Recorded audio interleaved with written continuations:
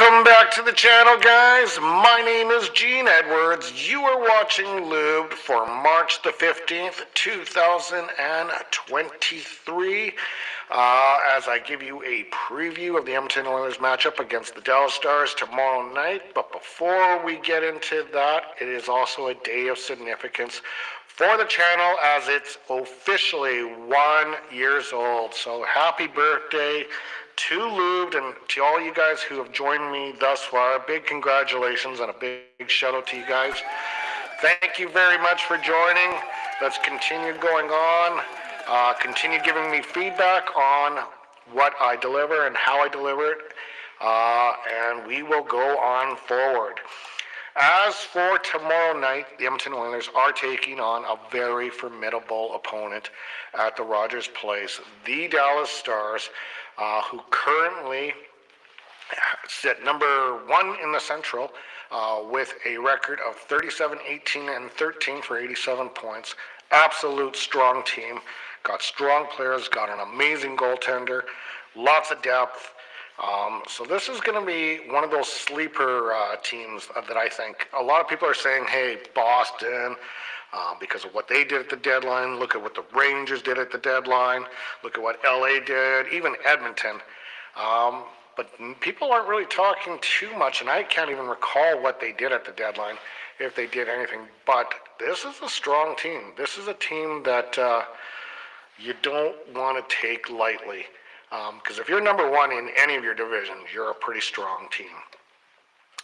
Okay, let's go on to the lineups for tomorrow, as this was reported by Bob Stauffer yesterday. The one notable thing that I notice right now when I look at these lines is there's no Zach Hyman. Now, that could change. He is listed day-to-day with a undisclosed injury.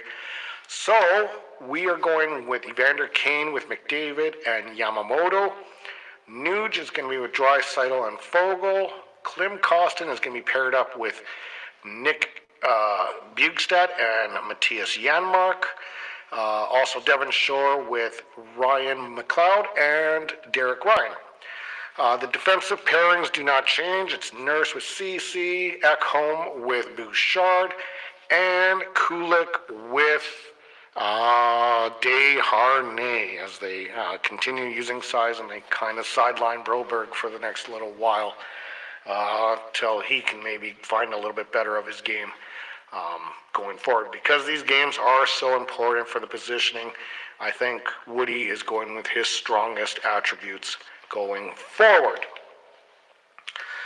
When it comes to the injury report and the significant ones that are out there, of course, we got Zach Hyman listed. But for the Dallas Stars, a huge piece is missing with Taylor Seguin being out of the lineup. It's unfortunate, but he suffered a very similar injury to what Evander Kane suffered back in November against Tampa, where he had his wrist cut.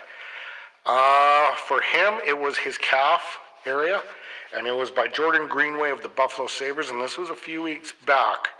So I am doubtful that he will be ready for the playoffs. He may not even be in the playoffs. He may be done for the year. It all depends on the degree of the injury and what got injured in that particular thing. Because when you're dealing with tendons and all that kind of stuff, and trust me, I know all too well, as I'm dealing with, after a year later, issues with my legs from breaking my leg. It's tough to heal and tough to get back, and then you're overcompensating, and then the right knee starts hurting. So I know all too well that when things go wrong in your body, it takes a long time to heal. Now, these guys, obviously, they have the highest of professionality with the trainers and all their respective doctors and all that to get them up and going again, because they're paid a lot of money, so they want them up and running ASAP. But I know all too well, it's not a good feeling. Okay, let's move on from that, and we will get into the last meeting that they played. And That was on December 21st, 2022, when they last met, so just before Christmas. And it was kind of an odd game for Jake Ozinger as he allowed 6 goals in, had only an .846 save percentage, so a very uncharacteristic night for him as he usually can clamp it right down. And also on that night, a couple of good notes that happened for the Oilers. And I think this is the game that actually woke Matthias Janmark up. He had 2 goals, 1 assist that night. Nuge had 1 goal, 2 assists that night. Just really good performances. And since then, I could probably pinpoint it at that point in time, Janmark has been a much better player. He's really relishing the 3rd and 4th line roles, bringing in a little bit of offense, but still doing the right things defensively. So I really like what I've been seeing out of Matthias Janmark, and I can't say that I did for most of the season. I thought he was like, oh boy, he's a bit of a liability, but no, he's really turned his game around for the better, which is awesome to see. Okay, so that takes us into tomorrow night's matchup where the Dallas Stars are coming into Edmonton, losing the last game with a current record of 7-2-1 in the last 10. Meanwhile, the Oilers defeating the Ottawa Senators come in with a 6-4-0. So very similar records.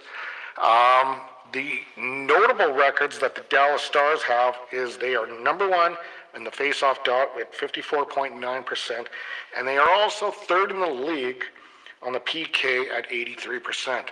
So having that when you're up against the best power play in the league is a good attribute to have going forward. Okay, let's move on again and again. It is the 1-year anniversary of LUBED. Let's do the audience again. Right on. No, it feels good to actually make it to that mark and milestone. That also means it is also the end of the Fear 3103 contest. So the whole idea of it was to help boost my subscription count. My subscription did go up slowly, but definitely not to the total that I was trying to achieve, which was 3103. So I also made a date deadline, which was the birthday of LUBED, which is today, March 15th.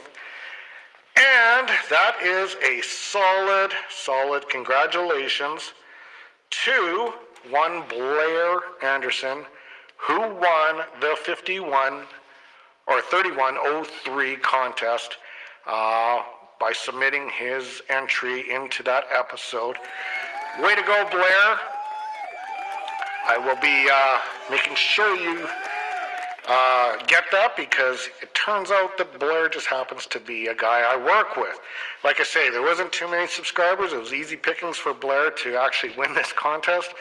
I don't know if it was the QR code that confused people or what, but yeah, there wasn't that many people who put in to win this thing. So Blair, you are going to get a signed, authentic Grant Fuhr Hockey Hall of Fame 8x10 the next time I see you. So congratulations again to Blair. Okay, those of you who are watching this channel for the very first time and like the content that I bring, feel free to hit that like, share, and subscribe button. As for the rest of you guys who have been there through thick and thin with me and have always had good stuff to say, continue leaving your comments, continue leaving your thoughts. Join me live on the live feeds post-game. I will try to answer them live for you. But as always, stay healthy, stay happy, stay hydrated. We will talk soon. Have a good night.